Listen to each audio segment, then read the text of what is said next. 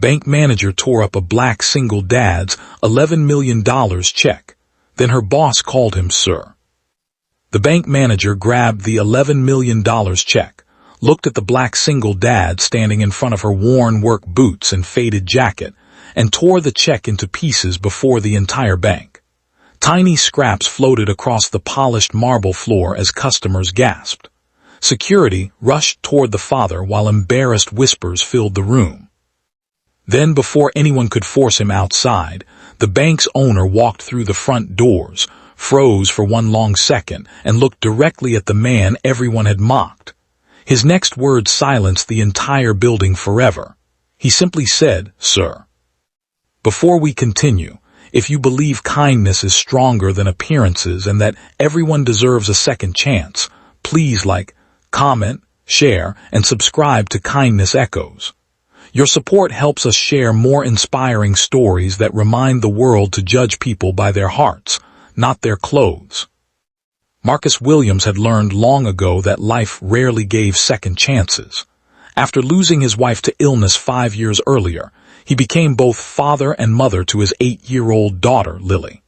Every morning before sunrise, he delivered bakery supplies, worked construction during the day, and drove for a food delivery service at night.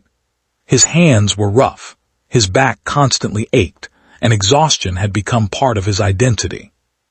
Yet no matter how difficult life became, Marcus never allowed his daughter to feel unloved. Every evening they shared dinner together, completed homework, and read stories before bed. Lily believed her father could fix anything, even when he secretly struggled to fix his own broken life. Years before, Marcus's grandfather had quietly invested in a small technology startup owned by an old military friend. Everyone believed the investment had disappeared after the company nearly collapsed. The forgotten paperwork remained inside a dusty box for decades.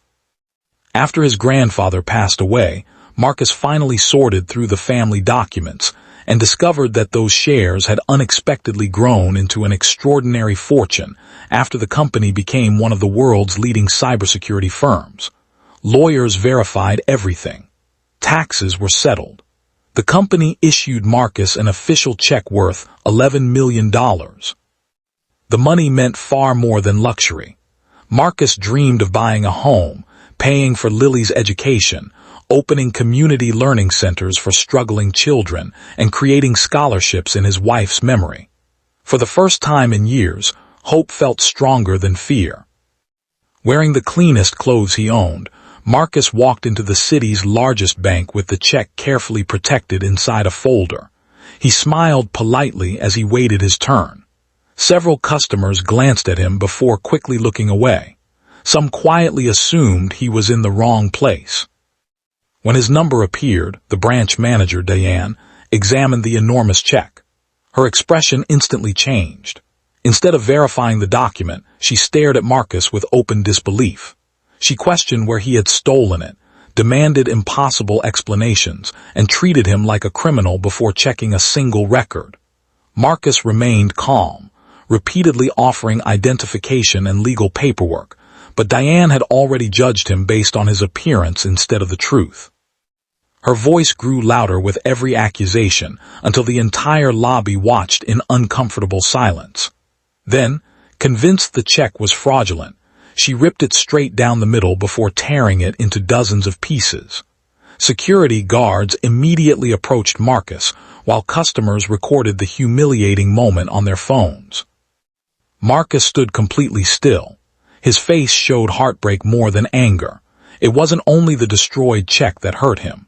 It was the realization that after years of honest work, sacrifice, and dignity, someone still believed his skin color and clothing defined his worth. Just then, the elevator doors opened. Richard Bennett, founder and chairman of the entire banking corporation, had arrived unexpectedly for an internal audit. As he crossed the lobby, he noticed the scattered pieces of the check and the stunned expression on Marcus's face.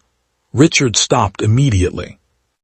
Years earlier, Richard had volunteered at a youth mentoring program after recovering from serious health problems. During that difficult period, Marcus had quietly served as one of the volunteer coaches, spending weekends helping fatherless boys learn confidence, discipline, and responsibility. Marcus had never asked for recognition. He simply believed every child deserved encouragement. Richard walked directly toward him. Without hesitation, he extended his hand and greeted Marcus with genuine respect. "Sir." Every employee froze. The same security guards who had grabbed Marcus slowly released their grip. Diane's face turned pale as Richard carefully listened to the entire story. Within minutes, corporate verification confirmed the investment, the inheritance documents, and the legitimacy of the $11 million payment. Richard apologized publicly, not because Marcus demanded it, but because integrity required it. He ordered the bank to replace the destroyed check immediately, personally covering every processing delay. More importantly, he reminded every employee that banking was built on trust, and trust begins by respecting every human being who walks through the door. The story spread across the city within days. Many expected Marcus to sue the bank for millions more.